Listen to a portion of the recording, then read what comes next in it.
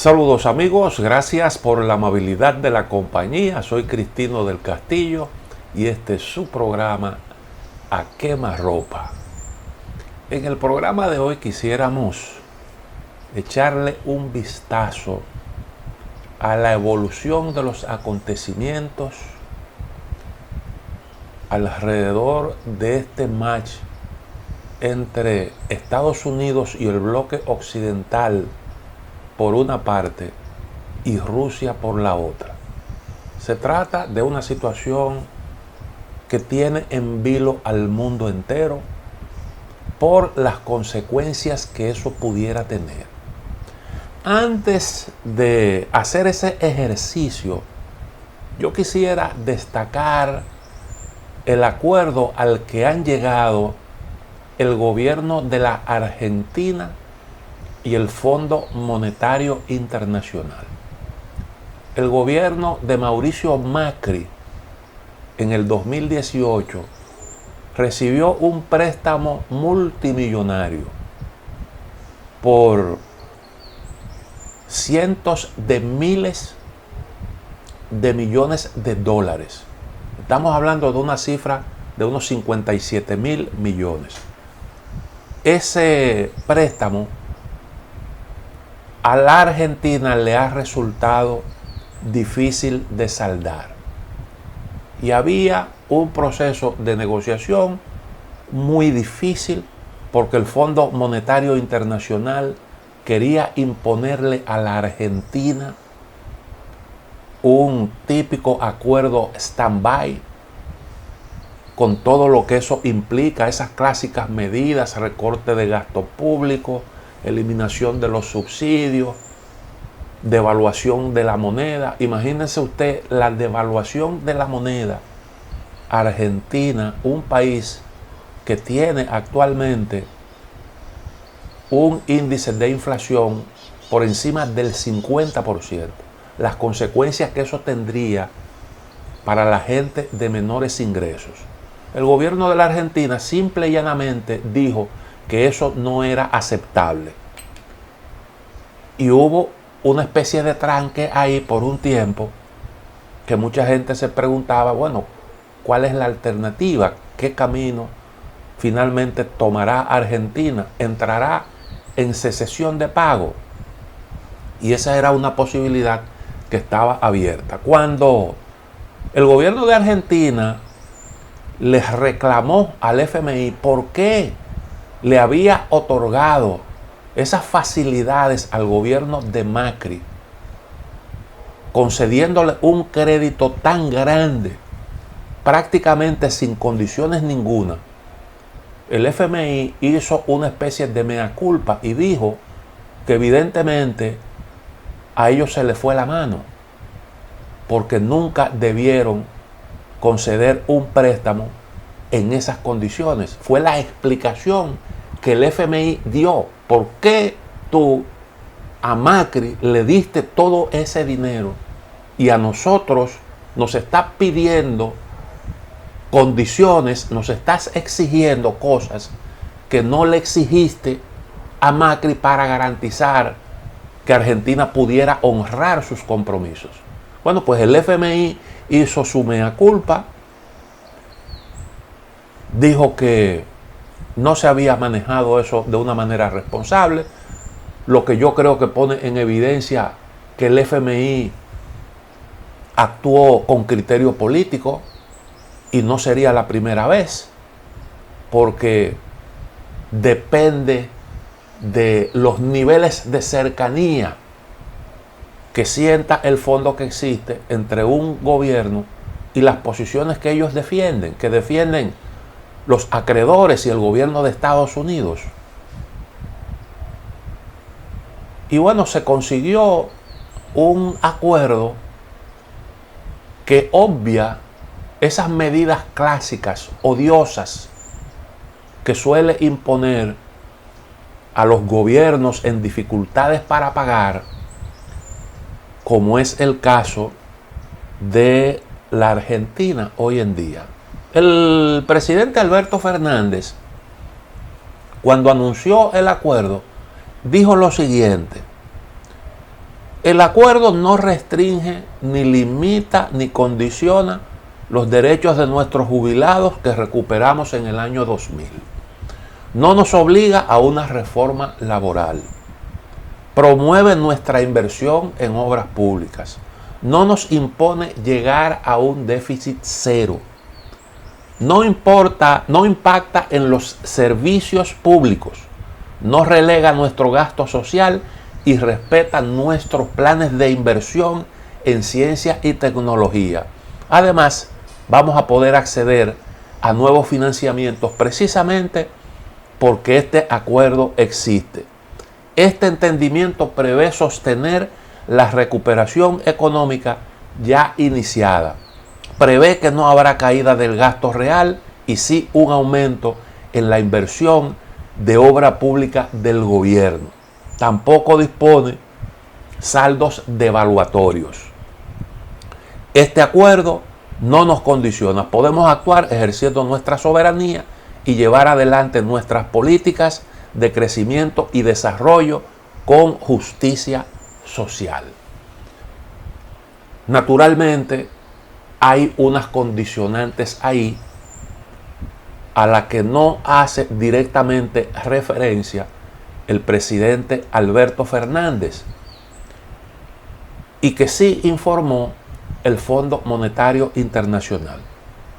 El fondo emitió un comunicado en el que se dice lo siguiente: el personal técnico del FMI y las autoridades argentinas han llegado a un entendimiento sobre políticas clave como parte de sus discusiones en curso sobre un programa respaldado por el FMI.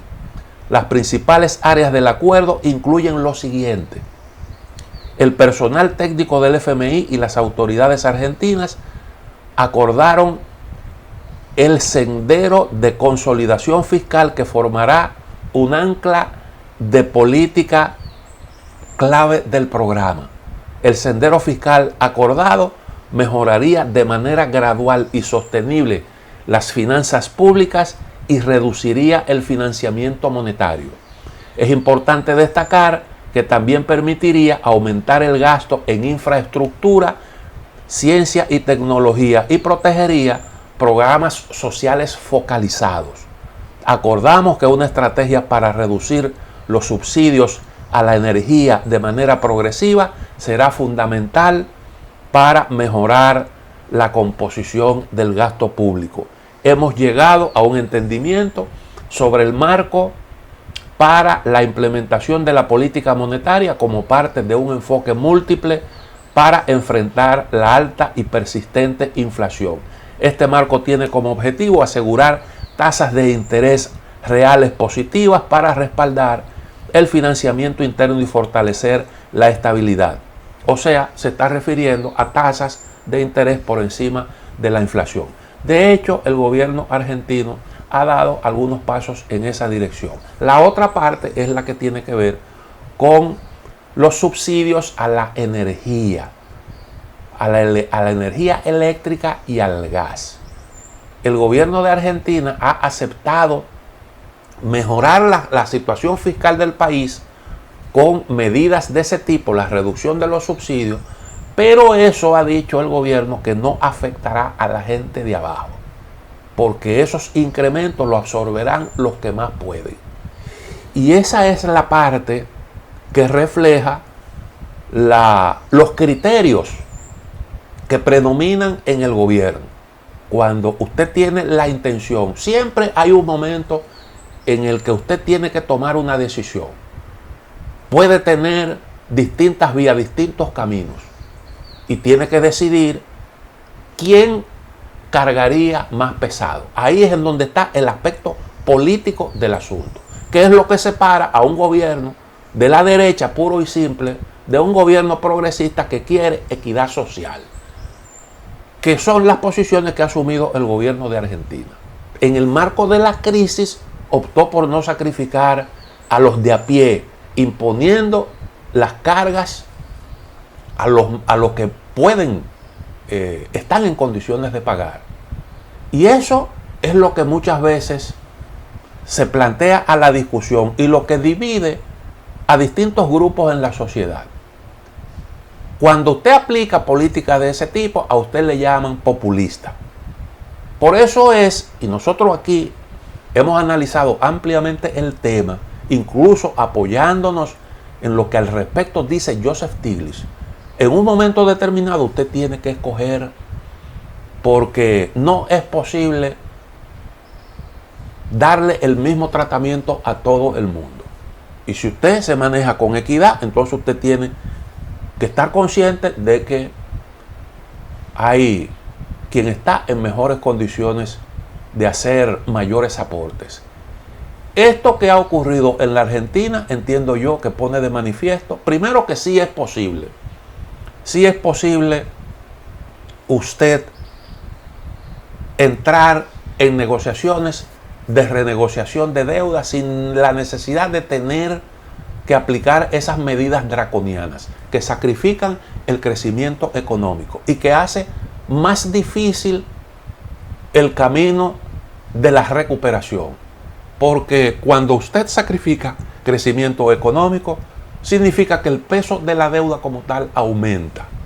Y eso, simple y llanamente, por la tendencia a imponerle los costos de la recuperación a la gente de a pie.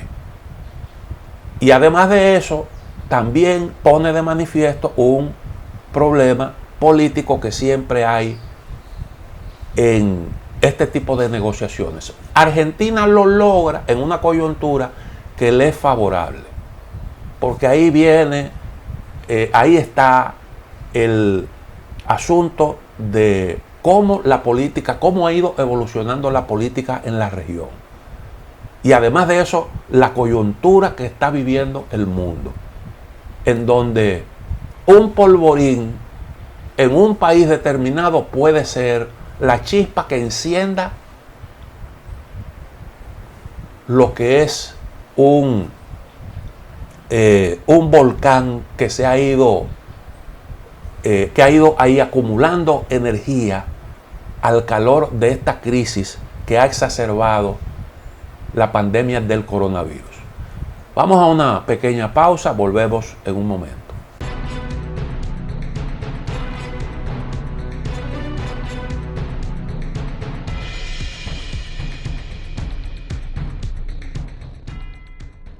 Como ustedes recordarán, la Federación Rusa le presentó al gobierno de Estados Unidos lo que se pudiera denominar como un pliego de demandas en materia de seguridad. Estados Unidos se comprometió, tal y como se lo pidió la Federación Rusa, a responder por escrito esas demandas, y así lo hizo. Todavía no conocemos el contenido de la respuesta. Simple y llanamente, en sentido general, Estados Unidos ha dado a conocer de la imposibilidad de atender los principales reclamos de Moscú, diciendo que la Alianza Atlántica seguirá abierta porque una de las principales demandas era que se frenara la expansión de la OTAN, sobre todo la expansión hacia el este, ese proceso que acerca las tropas de la OTAN a las fronteras de la Federación Rusa, y que la respuesta lo que hacían era recoger planteamientos que desde hace años viene haciendo Estados Unidos, lo que significa que en sentido general la respuesta fue negativa a las demandas de Moscú. La OTAN, a través de su secretario general, el señor Jens Stoltenberg, dio a entender que había posibilidades de negociación en diferentes áreas. Incluso se filtró la propuesta de que Rusia pudiera inspeccionar los armamentos que hay desplegados en el territorio de Polonia, a cambio de que ellos también abrieran las puertas para ciertas inspecciones de instalaciones militares rusas. Y bueno, negociar lo que tiene que ver con misiles de corto y mediano alcance, algo que no es una novedad porque es un tema en el que incluso en el pasado se llegaron a firmar acuerdos específicos, y otras áreas en las que se dejaba abierta la posibilidad de una negociación. Cómo finalizar el conflicto de Ucrania, etc. Bueno, el asunto es que la bola ahora está del lado de la cancha rusa. Y mucha gente se pregunta, ¿qué es lo que va a hacer Rusia en lo adelante? Le dijeron que no. Y los rusos han confirmado que las respuestas no fueron positivas, que no llenan las expectativas de su país. Pero dijeron, no nos vamos a apresurar a dar una respuesta, necesitamos tiempo para analizar detalladamente lo que nos respondió Estados Unidos por escrito. Y ahora, bueno, pues el mundo está pendiente a qué cosa hará Moscú. Y mucha gente se apresura a decir que Rusia probablemente ha caído en su propia trampa, porque calculó que Estados Unidos, con la presión que ha puesto Rusia, no tendría otro camino que el de hacer concesiones, cosa que no ocurrió, y que ahora se ve ante la disyuntiva de invadir Ucrania o sencillamente retirarse con las manos vacías, sin haber logrado sus objetivos estratégicos. Yo creo que el asunto no se puede plantear de una manera tan simple, porque de hecho ninguna de las dos opciones son viables para Rusia. Primero, porque retirarse sin haber conseguido nada sería un golpe demoledor. Demoledor porque a ti ya no te tomarían en serio cuando tú intentes ejercer algún tipo de presión. Segundo, porque irte con el rabo entre las piernas significaría que Occidente tendría luz verde para seguir con su estrategia de cerco de Rusia, incluso de procurar sacar a Ucrania definitivamente de la zona de influencia de ese país euroasiático. Y además de eso, quedaría también expuesta a sufrir sanciones y quedaría como un socio poco confiable también de algunos países, como el caso de los europeos que compran sus productos energéticos de exportación, y en fin, harían el ridículo en términos geopolíticos. Eso no es para Rusia una opción. Tampoco lo es la invasión de Ucrania. De hecho, eso nunca ha estado en el presupuesto de Rusia. Y ellos lo dicen claramente. Si de nosotros depende, no hay guerra. Y nosotros nunca hemos amenazado con invadir Ucrania.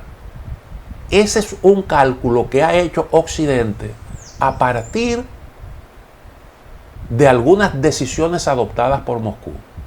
Cuando usted ve esa movilización próximo a la frontera de Ucrania, dentro del territorio ruso, la conclusión es, bueno, pero aquí se está preparando una invasión.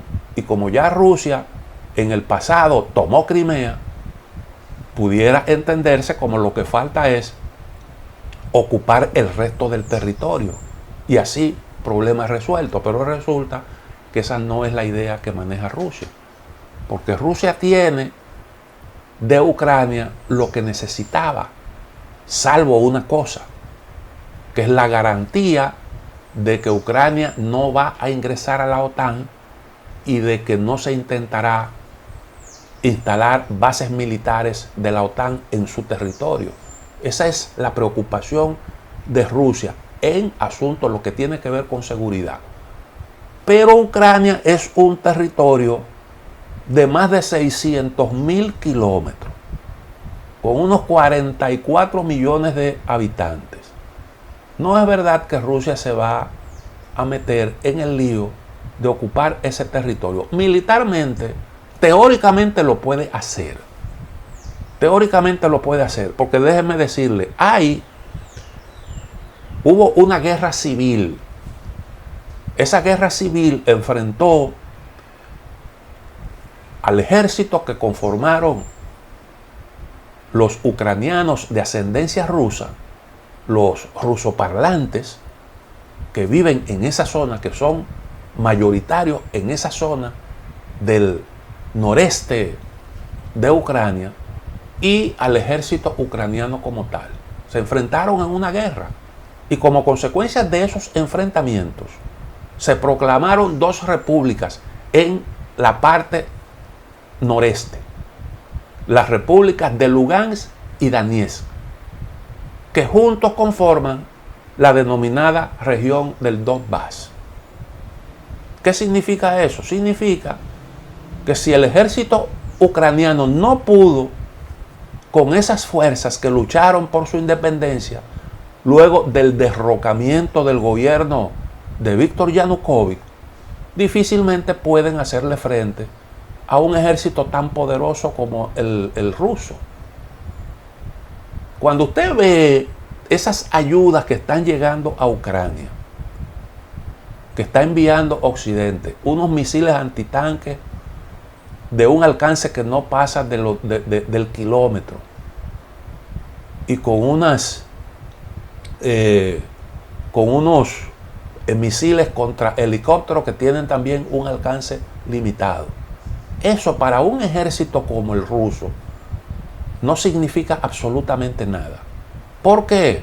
Porque si Rusia decidiera invadir Ucrania, no se expondría a un combate de cercanía. Eso lo haría desde la distancia, fundamentalmente,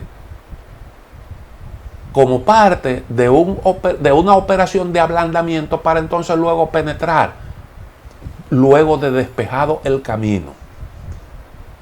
Rusia tiene misiles que alcanzan los 2.000 kilómetros, 500 kilómetros, y eso sería suficiente.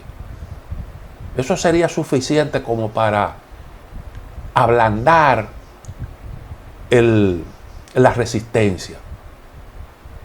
De manera que eso de que el ejército ucraniano representa para Rusia un gran desafío porque se ha modernizado y está en mejores condiciones. Sí, está en mejores condiciones que en aquellos tiempos, pero no para hacerle frente a un ejército como el ruso. Pero tampoco, porque aquí el asunto no se puede calcular de esa manera tan sencilla, de que yo te llego y te aplasto, porque eso pudiera no ocurrir. Yo reitero, Ucrania es un país de más de 600.000 kilómetros cuadrados. Miren la experiencia de Estados Unidos en Siria. Échenle un vistazo, hagan ese ejercicio y busquen las fotografías de las principales ciudades sirias. Busquen cómo está Damasco, por ejemplo. Y ustedes van a ver que ahí no quedó un edificio que no fuera impactado por las bombas estadounidenses. Ciudades enteras destruidas, literalmente destruidas.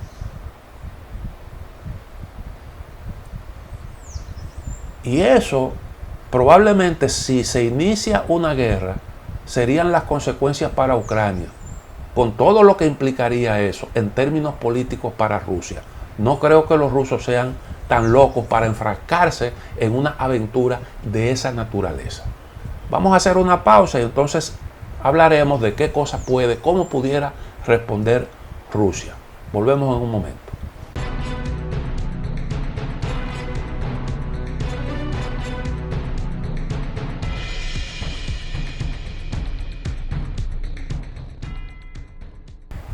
En el ajedrez, en el juego del ajedrez, que es un juego que involucra táctica y estrategia, usted se da cuenta de la intención de su oponente por las jugadas que hace sobre el tablero. A veces esa intención queda claramente establecida cuando usted se centra en una estrategia específica. Pero los grandes jugadores lanzan especies como de señuelos, se pudiera decir, o hacen operaciones para confundir. Y es que mientras tienen la estrategia de atacar por un lado, te mueven unas piezas para distraer al oponente, ponerlo a calcular qué busca este por aquí y tratar de darle respuesta a ese movimiento fuera de la zona donde se centra la estrategia, para entonces provocar el descuido. Yo creo que en el juego que ha hecho Rusia hay algo de eso. ¿A qué yo me estoy refiriendo? Bueno, en un primer momento Rusia movilizó miles de soldados, se habla de más de 100.000, hoy anda por los 140.000 según los informes.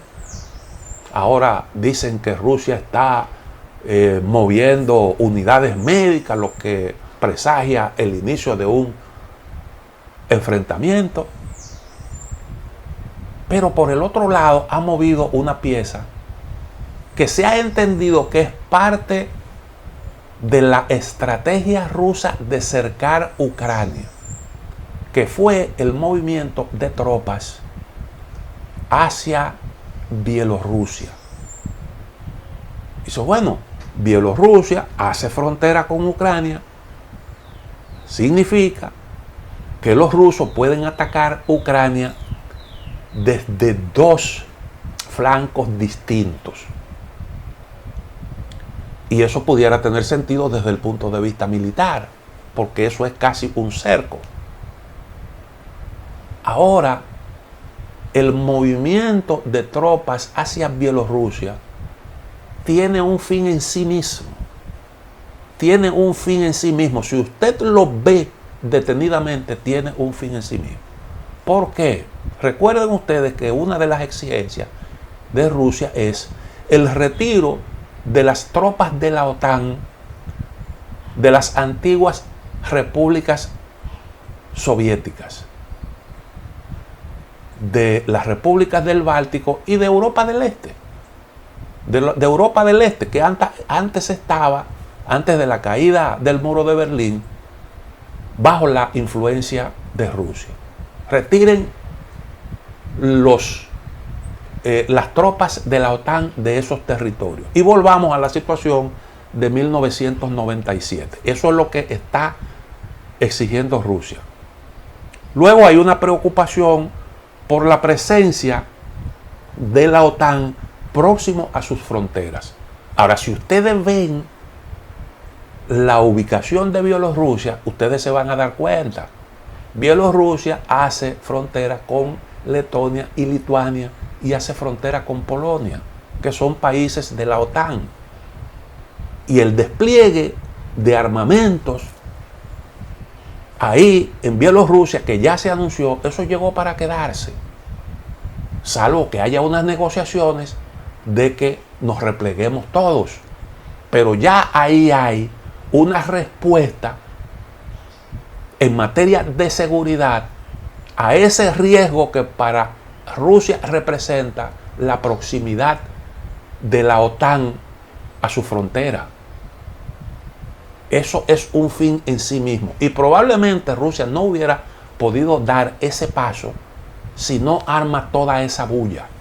Pero ese paso se ha entendido como un componente de su estrategia para hostilizar a Ucrania, que yo creo que se puede entender de las dos formas, pero ese es un objetivo en sí mismo.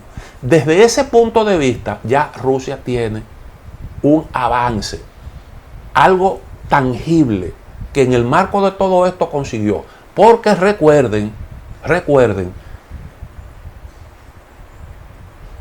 Occidente intentó un golpe blando en Bielorrusia. Las últimas elecciones que se celebraron culminaron con unos resultados, le dieron la victoria al actual presidente Alexander Lukashenko, y ahí hubo denuncias de fraude. Y como consecuencia de eso hubo un escarceo que condujo a manifestaciones masivas. La señora que reclamaba haber ganado las elecciones terminó en el exilio y Rusia se involucró en el asunto a petición de Lukashenko y bueno, pues lograron manejar la situación. Un intento de golpe blando, como lo hicieron en Ucrania con el Maidán y como lo han hecho en otras partes del mundo, las denominadas revoluciones de colores. Y entonces Lukashenko, con la ayuda de Rusia, tienen una relación muy estrecha. Bielorrusia es parte de la Comunidad de Estados Independientes, una asociación que se creó luego de la caída de la Unión Soviética. Y resulta que si Bielorrusia hubiera caído en, en las manos de Occidente, pues eso hubiera significado un paso más de acercamiento al territorio de Rusia, en una zona sumamente estratégica, porque además de eso también hace frontera con Ucrania. Hubiera sido un tremendo respiro para los ucranianos, pero Rusia eso no lo permitió. No solo no lo permitió, sino que está dando pasos para consolidar su dominio en ese territorio. Por tanto, Rusia da por resuelto ese problema. Ahora, ¿qué hacer con lo demás? Porque todo el mundo está centrando su atención en qué va a hacer Rusia con respecto a Ucrania. Rusia dijo que si no se atienden sus reclamos, no le quedaría otro remedio que la respuesta militar técnica. La respuesta militar técnica. Pero cuando se analiza qué significa eso, nadie sabe explicarlo. ¿Qué es lo que es una respuesta militar técnica? Ahí hay un concepto que coge donde usted puede echar lo que usted le dé la gana. Ahora, yo no espero, para mí, y los rusos lo han dicho también, no espero ninguna respuesta militar. Y eso lo saben perfectamente los europeos que han venido conversando de una manera más abierta con Rusia que Estados Unidos. Eso no está planteado, ni creo que vaya a ocurrir. No lo descarto totalmente, porque cuando hay dinámicas como esas que se han desatado, esa es una posibilidad remota, pero es una posibilidad, y a lo mejor Rusia pudiera verse combinada o compelida a dar ese paso. Pero eso sería un gravísimo error, creo yo. ¿Cuál es la posibilidad? Bueno, todo el mundo sabe que el enfrentamiento, la guerra civil de Ucrania terminó, digamos que terminó con un armisticio que fue el resultado de unas negociaciones, como consecuencia de las cuales ahí intervinieron Francia y Alemania en el denominado Grupo de Normandía, que además incluía Rusia, incluía Ucrania. Se firmó un acuerdo de alto al fuego y se llegó al acuerdo de que en los territorios de Lugansk y Donetsk, en el denominado Donbass, se iban a celebrar elecciones y que a esos territorios se le concedería una autonomía, un autogobierno dentro del Estado ucraniano. De eso ya hablamos en un programa anterior. Ese es el denominado acuerdo Minsk II. No se han celebrado las elecciones y Rusia ha venido exigiendo que se cumpla con lo que se acordó en Minsk II.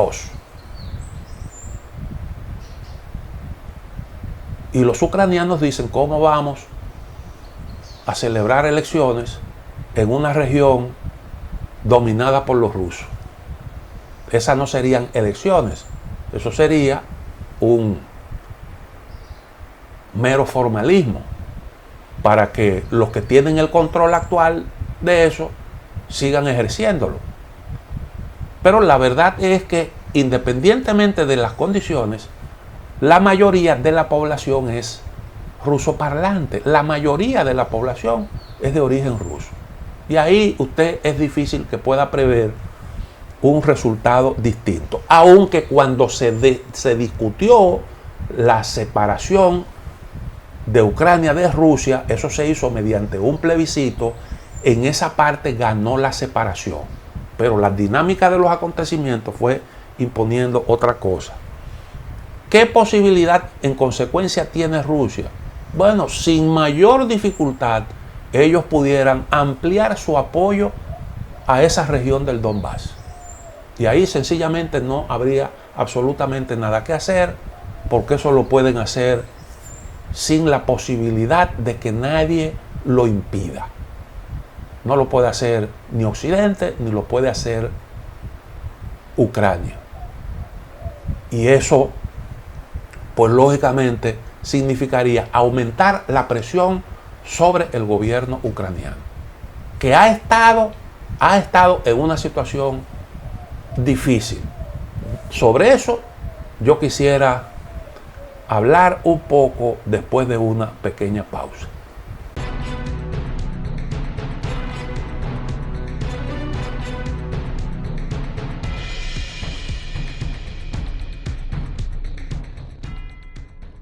El gobierno de Ucrania ha tenido que desmentir a su gran aliado Estados Unidos y ha dicho que no es verdad que hay una intervención en curso, que los rusos todavía no habían decidido eso y que había que cambiar ese discurso, porque eso estaba generando pánico en la población ucraniana. Y eso, claro está, que le pone las cosas difíciles al gobierno del señor Zelensky. Estados Unidos ha hablado incluso de una intervención probablemente en el mes de febrero. Ese sería para Estados Unidos el mejor de los escenarios. ¿Por qué? Bueno, porque eso coloca a Rusia en una situación incómoda, muy difícil. Naturalmente también a los aliados de Estados Unidos, a Ucrania y a Europa. Porque Estados Unidos y Europa se verían forzados a aplicarle sanciones a Rusia. Fíjense que aquí no está en juego, si tú atacas, yo te ataco. No, si tú atacas Ucrania y tomas Ucrania, yo te voy a imponer sanciones económicas. Eso no es jugársela del todo por un aliado. Porque eso de que yo te voy a aplicar sanciones económicas, eso naturalmente para Rusia, de hecho, tendría consecuencias importantes. De eso no hay duda.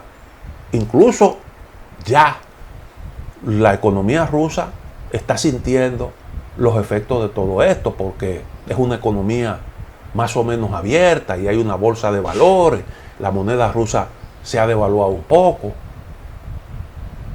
y eso es negativo para ese país, que hace tiempo que viene teniendo problemas de crecimiento de la economía.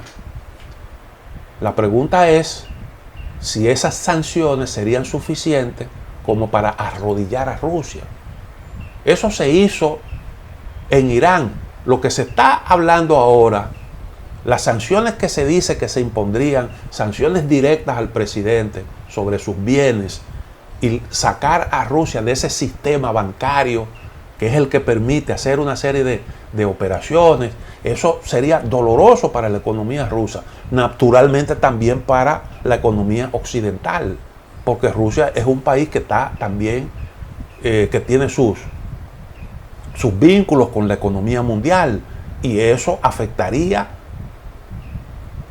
la economía del mundo y afectaría la economía europea. Habría que entonces también ver si los rusos cortarían el suministro de gas, y no es tan fácil buscarle una alternativa a eso.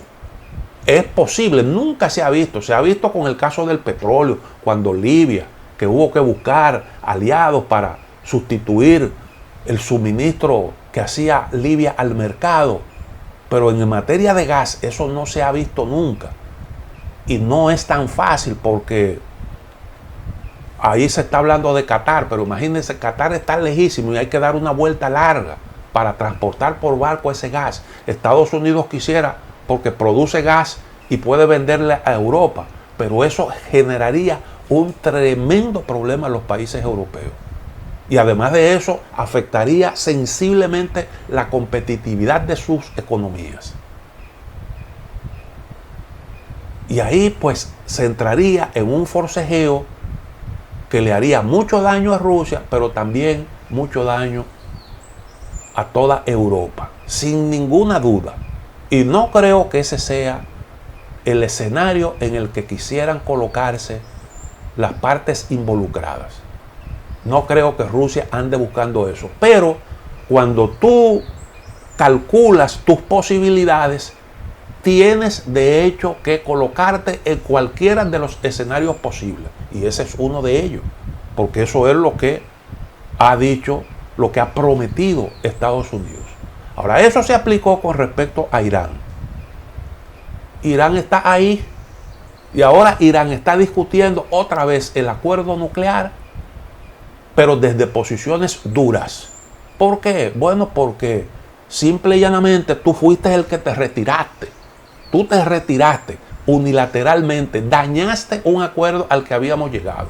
Yo necesito ahora no solo lo que yo pacté en aquel momento, sino unas garantías reales de que tú a mí no me vas a coger de soquete otra vez, porque firmaste una cosa y después la desconociste. Esa es una realidad que está ahí, no es un invento mío. Y entonces Irán está negociando desde esas posiciones, pero Irán tiene una influencia como nunca antes en todo el Medio Oriente, con la posibilidad incluso de alzarse con armas nucleares. Esa es una posibilidad que está ahí. Y Rusia tiene una mayor resiliencia que Irán. La diferencia es abismal. Y aunque eso pudiera afectar duro a Rusia, pero los rusos pudieran resistir eso. Y ahí tienen una posibilidad, un respiradero que se lo pudiera ofrecer China. ¿Por qué? Bueno, porque China necesita también de esos recursos energéticos. China es uno de los grandes consumidores de recursos energéticos y necesita de eso. Y ahí pues está esa posibilidad. Además, déjenme decirle que esa es otra cosa que ahora está por verse, porque China no se ha involucrado, o sea, ha hecho algunos pronunciamientos tímidos a propósito de este enfrentamiento, pero lo que se está decidiendo con respecto a esto de Ucrania tiene una repercusión directa sobre ese enfrentamiento que tiene China con Estados Unidos a propósito de lo de Taiwán. Porque lo que aplica para Ucrania, las posiciones de Occidente con respecto a Ucrania, aplican también para el caso de Taiwán. Si Occidente se alza con el triunfo en este pulseo con Rusia, estaría en mejores condiciones de enfrentarse también con China a propósito de lo de Taiwán. De hecho, Ucrania lo que piensa es que puede tener los beneficios que en algún momento tuvo Taiwán, porque la coyuntura le permitió tener unos tratos preferenciales y unas ayudas que contribuyeron con su desarrollo, ese desarrollo que hoy observa enorme la isla de la antigua Formosa.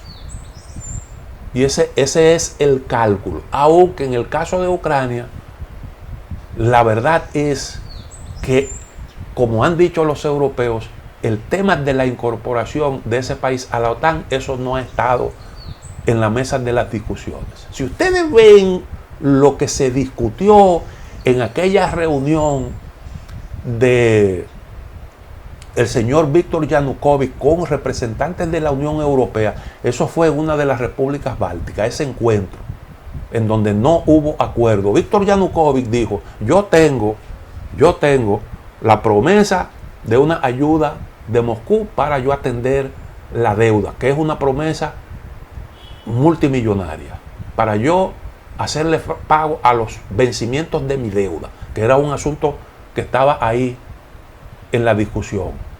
Yo tengo mis exportaciones, más de un 40-50% va al mercado ruso. Los rusos me han ofrecido mejorar el abastecimiento de gas bajando el precio. Y además de eso han ofertado también pagar mejor por la base de Crimea. Y esos son asuntos específicos, concretos. Ustedes lo que me están proponiendo a mí es un acuerdo con el Fondo Monetario Internacional que no me alcanza para yo atender todas mis necesidades, y eso tirándome yo la responsabilidad de entrar en confrontación con Rusia. Y la respuesta que le dieron los líderes ahí presentes en esa reunión fue: nosotros aquí vinimos a discutir un acuerdo de asociación, no vinimos a comprarte, no vinimos a comprar Ucrania, nosotros no hacemos eso. Esa fue la respuesta. Pero ni siquiera era incorporar a Ucrania a la Unión Europea, que eso nunca se discutió, sino un acuerdo de asociación que pasaba por un acuerdo con el Fondo Monetario Internacional.